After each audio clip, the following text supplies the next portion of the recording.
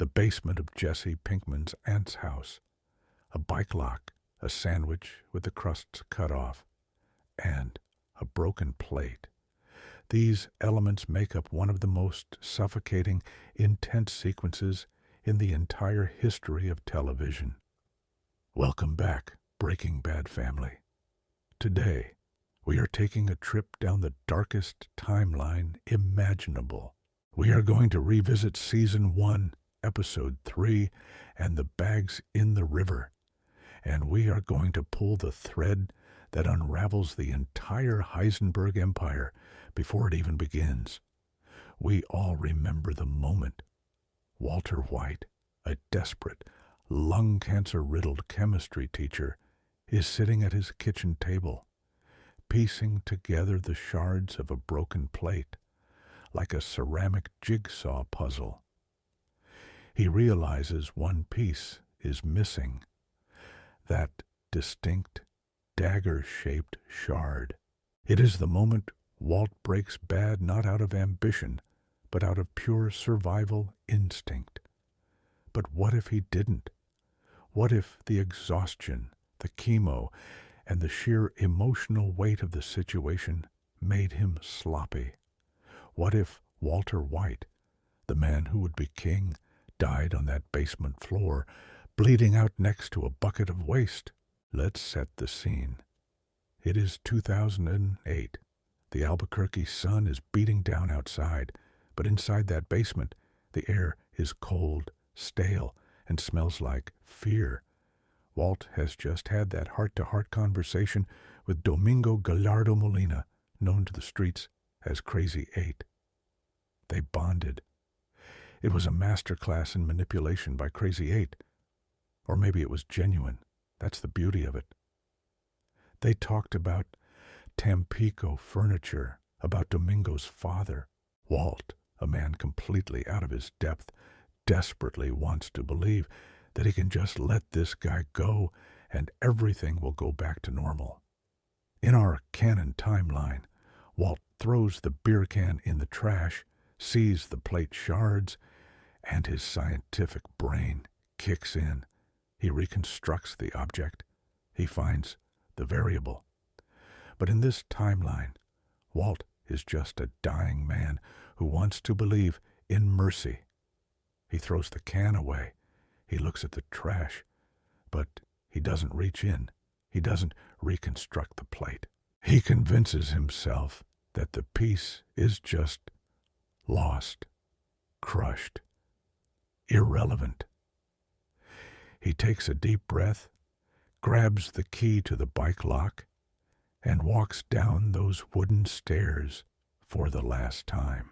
The atmosphere is heavy. You can hear the hum of the refrigerator upstairs, the silence of the house. Walt steps onto the concrete floor. "I've got the key," he says, his voice trembling with a mix of relief and terror. Krazy-8 looks up. His eyes aren't the eyes of a furniture store owner's son anymore. They are the eyes of a predator, watching a gazelle limp closer. Walt approaches the pole. He is clumsy. His hands are shaking. He kneels down, completely exposed. "You're doing the right thing, Walter," Krazy-8 says, his voice soft, reassuring. Walt fumbles with the lock. The mechanism clicks. That metallic sound echoes off the walls. And in that split second, the mask drops. As the lock pops open, Krazy-8 doesn't say thank you. He doesn't run. He lunges. It happens fast. Insanely fast. In the original show, Walt had the element of surprise because he knew about the shard. Here, he is oblivious. Krazy-8 whips his hand around, the shard of the plate hidden in his sleeve, and drives it directly into Walt's neck. It's not a cinematic fight. There is no struggle for the bike lock. It is brutal, efficient, and ugly. The chemistry teacher gasps, his hands flying to his throat. But it's too late. The arterial spray paints the basement floor. Walter White, The genius, the future Heisenberg, collapses into the dust. He looks up at Krazy-8, eyes wide with betrayal and shock, fading to black. There is no, "Say my name." There is no, "I am the one who knocks." There is just a scared, dying man in a green shirt and tighty whities, realizing he made a fatal calculation. Krazy-8 stands over him, panting, wiping the blood from his face. He kicks the body once to make sure. It's over. The legend of Heisenberg dies before it ever learned to walk. Now, pause for a second. This isn't just about Walt dying. This is about the immediate, chaotic explosion this causes. Krazy-8 is now free, but he is in a house with a dead body, and he is still technically a DEA informant. That is a fact a lot of fans forget or don't realize until Better Call Saul fleshed it out. Domingo is a snitch.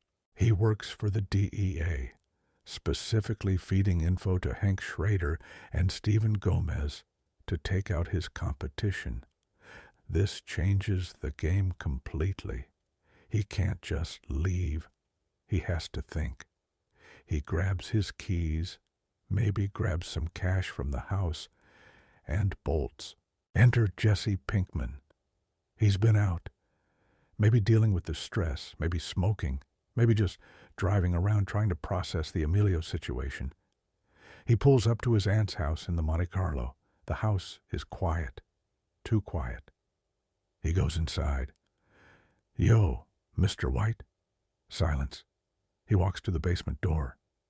"Yo, did you do it?" He descends the stairs. The smell hits him first.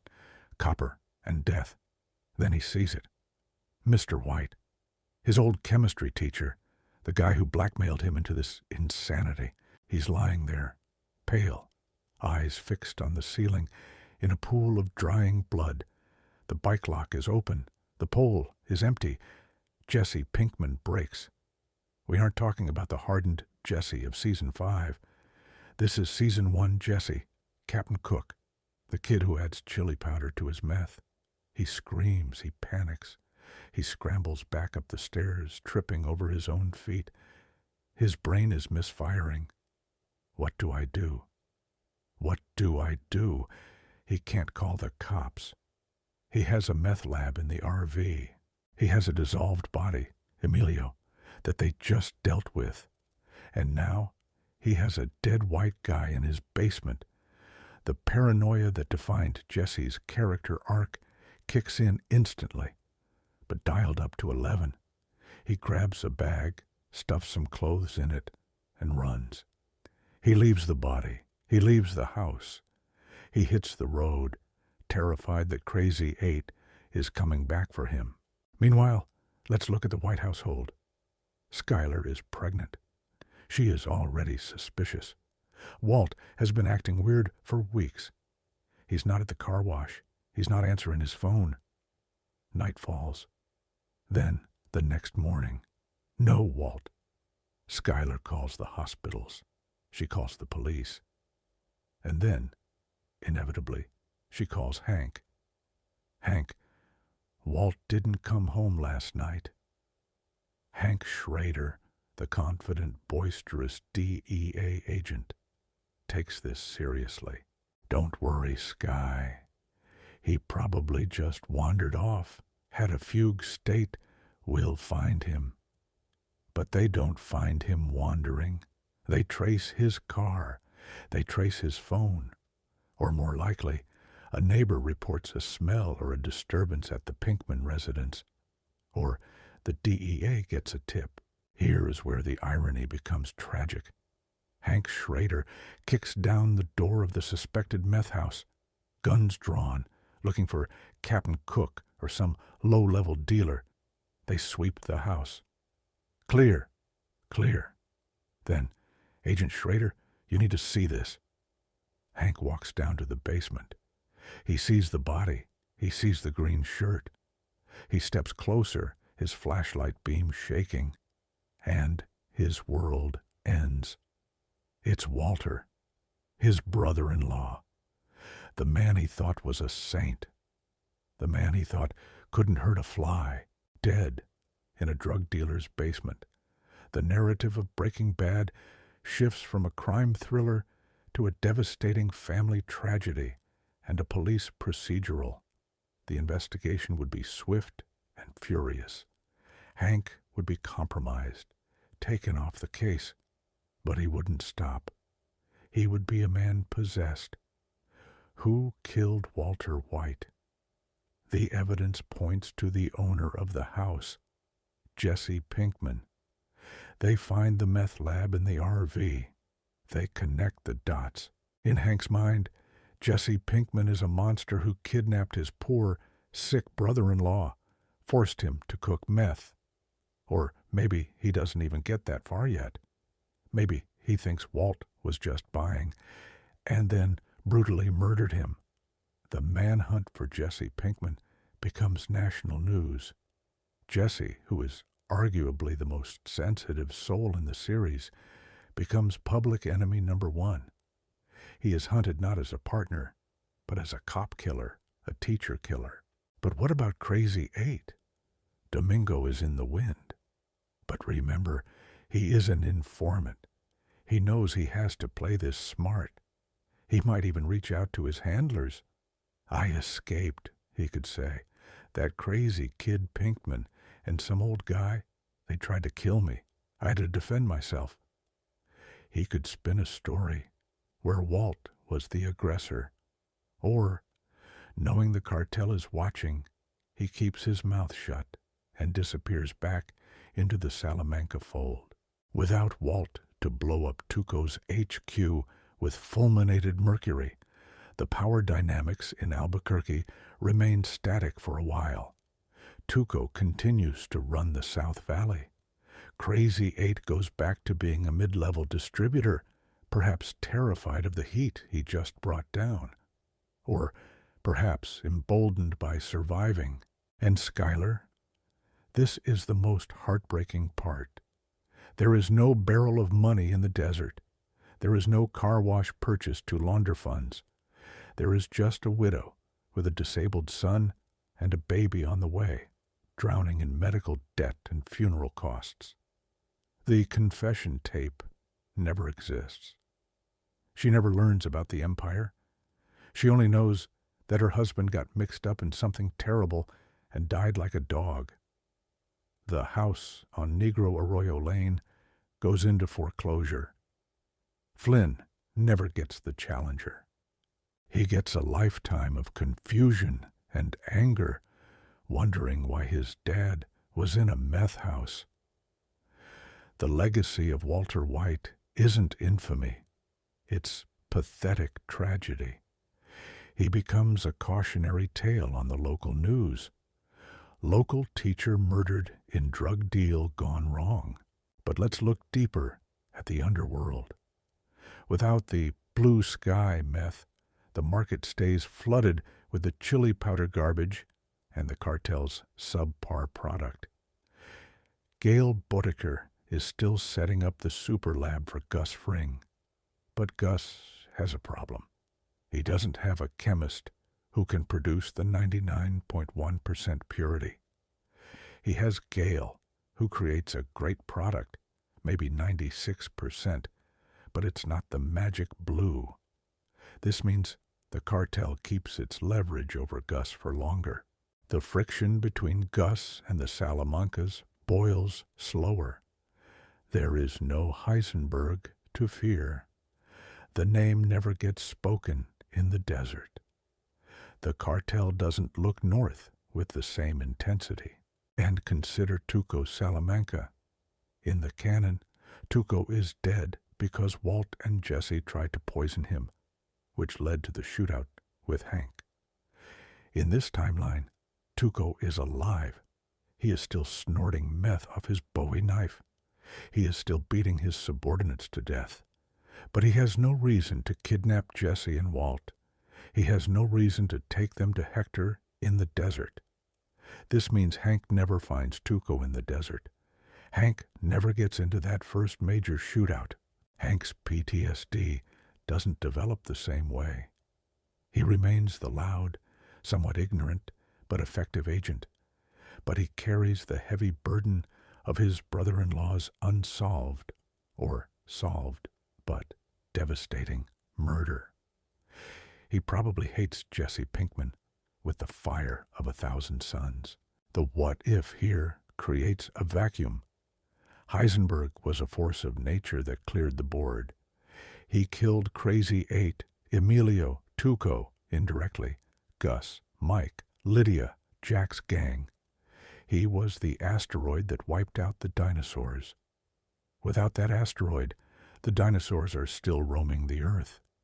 The ecosystem of the ABQ underworld remains cluttered, messy, and violent, but in a traditional way. The silence in the basement after Walt's death is the silence of a potential future being snuffed out. The blue meth never floods the Czech Republic. The plane crash never happens because Jane never meets Jesse, or if she does, Jesse is likely in prison or on the run, not renting a duplex next to her. Wayfarer 515 stays in the air. Donald Margolis goes to work and controls air traffic safely. Hundreds of lives are saved because one man died in a basement. It is a mind-blowing realization. Walter White's survival was the catalyst for massive death and destruction. His death here, as tragic as it is for his family, objectively saves hundreds of people. But it leaves us with a darker, sadder world for the characters we love. Jesse is doomed. Skylar is destitute. Hank is broken. And Krazy-8, he is the man who killed the king before he was crowned. He unknowingly stopped the rise of the greatest meth kingpin in history. He walks away with a limp, a scar on his neck, and a secret that no one will ever fully understand. This divergence point changes the genre of the show entirely. It becomes a tragedy about the cost of pride and the unforgiving nature of the criminal world. Walt thought he was special. He thought his intellect would protect him. But in this basement, on this day, the shard of a broken plate proved that in the drug trade, a PhD means nothing against a sharp object and the will to survive. The aftermath of Walter White's death in that dank basement triggers a domino effect that is absolutely insane to contemplate, spiraling out into a version of Albuquerque that is both strangely familiar and horrifyingly different. If you thought the original timeline was chaotic, this alternative reality is a slow-motion car crash of legal nightmares, misunderstandings, and quiet tragedies. We left off with Jesse Pinkman on the run, terrified and alone, while Hank Schrader stands over the body of his brother-in-law. Now, let's accelerate. The manhunt for Jesse Pinkman would be the biggest story in New Mexico. Remember, in Season 1, Jesse isn't the Diesel yet. He is a kid who calls himself Captain Cook and drives a bouncing car with a vanity plate. He is not built for evasion. He doesn't have the disappearer's number. He doesn't have stacks of cash. He has a bag of Funyuns and a panic attack. Within 24 to 48 hours, the APD and the DEA would corner him. Maybe he tries to hide at the Crystal Palace with Wendy, or maybe he crashes at Badger's place. But the dragnet is too tight. Picture the scene. SWAT teams surrounding a rundown motel or Badger's house. Jesse comes out, hands up, crying, screaming, "I didn't do it. It wasn't me." But nobody is listening. To the cops, he is a cop killer by proxy. He is the scumbag who lured a respected high school teacher into a den of iniquity and slaughtered him. He gets thrown into the back of a squad car not with the swagger of a kingpin, but with the trembling fear of a child. And then comes the interrogation room. This is the scene that would break our hearts. Hank Schrader, face purple with rage and grief, sitting across from Jesse. The recording light is on. Hank isn't looking for the truth. He's looking for a confession. Tell me how you did it, you little junky piece of trash. Tell me how you killed him. Jesse, sobbing, would try to tell the truth. Mr. White, he was the cook. He came to me. He blackmailed me. He wanted to make money for his family. Think about how that sounds to Hank. It sounds like the most offensive, disgusting lie imaginable. Walter White, the man who checks the air pressure on his tires, the man who barely speaks above a whisper, cooking meth, blackmailing a dealer, Hank would lose it. He would likely beat Jesse right there in the room. The narrative would be set in stone. Jesse Pinkman kidnapped and murdered Walter White, then invented a slanderous story to try and cover his tracks. Jesse gets charged with first-degree murder. Even if they can't prove he held the shard, under the felony murder rule, if they pin the drug manufacturing on him, he goes down for the death that occurred during the commission of a felony. There is no Saul Goodman saving the day here. Saul sees this train wreck on the news and stays 10 miles away. Jesse Pinkman, the heart and soul of the show, goes to prison for life. He rots in a cell, knowing the truth, while the world hates him. He never meets Jane. He never meets Andrea. He never gets tortured by the neo-Nazis, but he lives a long, hollow life behind bars, the designated villain of the Walter White story. Let's pan over to the gray matter side of things. Gretchen and Elliot Schwartz open the morning paper. Former colleague murdered in drug bust. They are shocked. They feel guilty. Maybe they think, if only we had paid for his treatment sooner. But they move on. The legacy of Walter White in the scientific community becomes a footnote of wasted potential and tragedy. There is no empire business, no $80 million. Just a sad obituary. And Skylar? The reality of her situation is bleak. The police return Walt's personal effects, his wallet, his keys, maybe his glasses. But no money. The baby, Holly, is born into a world of debt. Skylar likely has to sell the house. They move into a small apartment. Flynn acts out, his image of his father shattered not by the truth of Heisenberg, but by the confusion of the murder. Hank steps in as the surrogate father figure. But he is a broken man, hardened by the belief that the drug world stole his family. He becomes more brutal in his job. He goes after the cartel with a vendetta, but without the specific leads Walt provided. He is flailing in the dark. Now, let's look at the kingpins. This is where the what if gets fascinatingly technical. Gus Fring is a businessman. He hears about the death of a chemist in Albuquerque. Maybe he looks into it. Maybe he doesn't. But ultimately, he is stuck with his current supply chain. He has Gail Bodeker. Gail is a genius, sure, but he isn't Walt. His product is 96%. It's good, stellar even, but it's not the chemically pure blue sky that changed the world. This matters. The 99.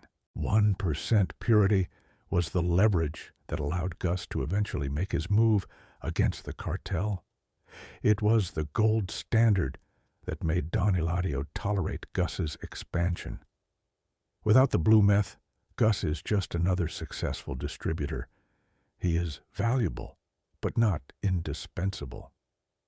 His plan to avenge Max and kill the Salamancas has to proceed much, much slower. He might never get the chance to poison the capos at the pool. And Tuco Salamanca? He is the chaotic variable. Without Walt and Jesse to mess with his head, Tuco continues his reign of terror in the South Valley. But Tuco is a ticking time bomb.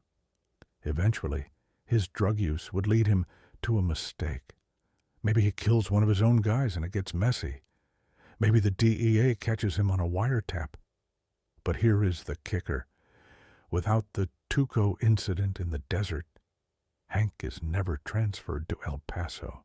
He never gets that PTSD-inducing experience with the exploding tortoise. He stays in ABQ, grinding away. The inevitable clash between Hank and Tuco might still happen, but it would be a standard bust, not the mythic shootout we saw. And Krazy-8, the ghost, he is the one person who knows the truth. He knows Walter White wasn't a victim. He knows Walt was a player. Krazy-8 likely flees to Mexico or lays low for years. Every time he sees a chemistry set, he probably flinches. He carries the secret that he killed a man who had the eyes of a devil. Let's talk about the ripple effects on the innocent. This is the butterfly effect at its most potent. Jane Margolis continues to work at the tattoo shop. She stays clean, or maybe she relapses. But she never meets the guy who introduces her to the blue crystal. She never chokes on her own vomit while a bald man watches. She lives. Her father, Donald Margolis, doesn't spiral into grief. He goes to work at air traffic control. He is focused.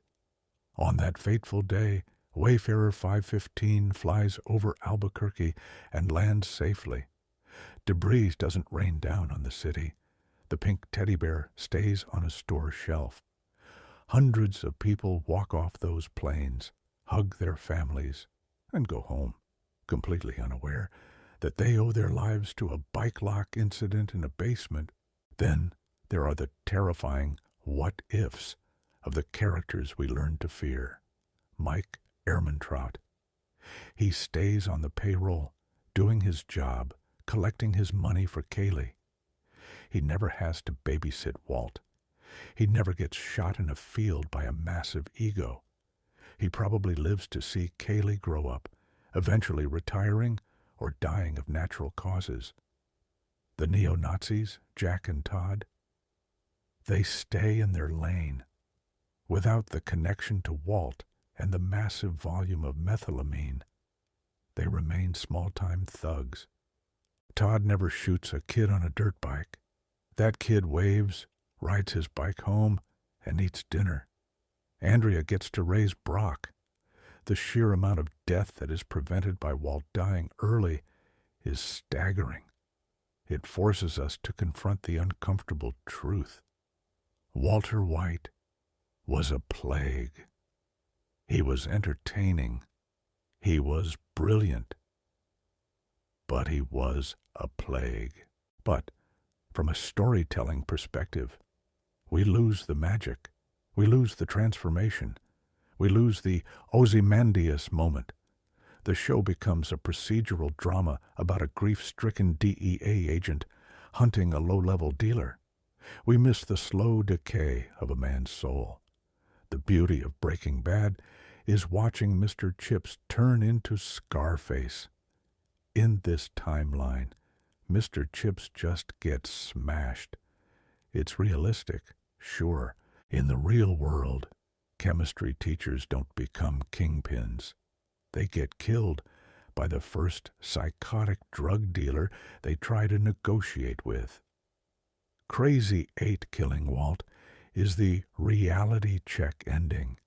It's the ending where the universe doesn't bend to accommodate a main character's ego. Imagine the final shot of this series.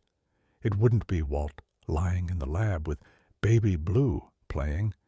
It would be years later. The White House is sold. Strangers live there. The pool is filled in we see a garage sale happening down the street. Someone picks up a pork pie hat from a box of junk.